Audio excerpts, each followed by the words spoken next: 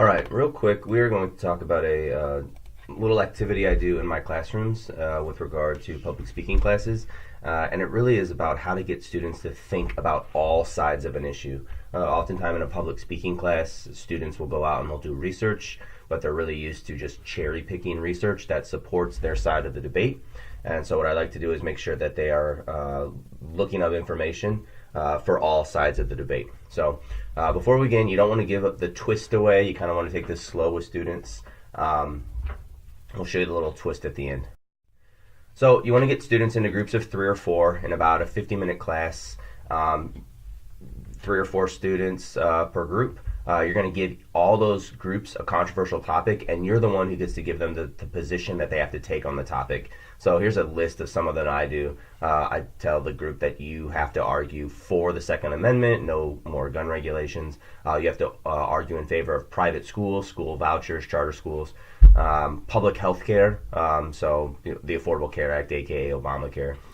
You have to argue pro-life, you have to argue pro-affirmative action, or you have to argue pro-amnesty. You give each group one of these different topics, and they have to argue the position that you give them, regardless of what their personal opinion is. You give each group about 10 to 12 minutes to use their phones and their computers to come up with the best argument for the position you gave them.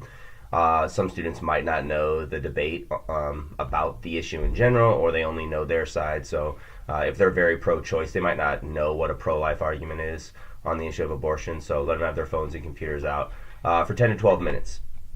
And their goal is to sort of create an introduction for the speech with a clear thesis statement and 3 main points for their argument.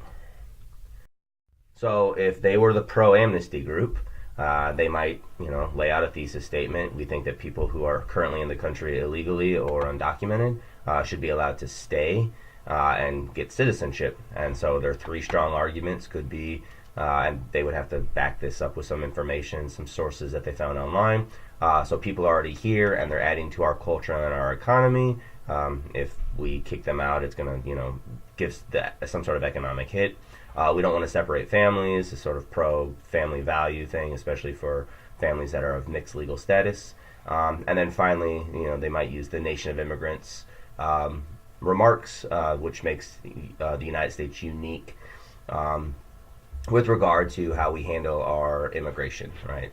So we don't, it's good that we have more open borders than other countries, for example. And then here's the twist. So all those students present. Now we're about halfway through class.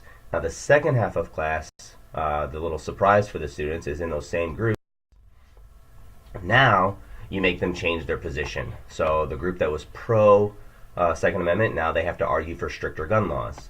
The private school folks have to argue that we need more public schools, more money into public schools, something along the lines of charter schools take away from public school funding.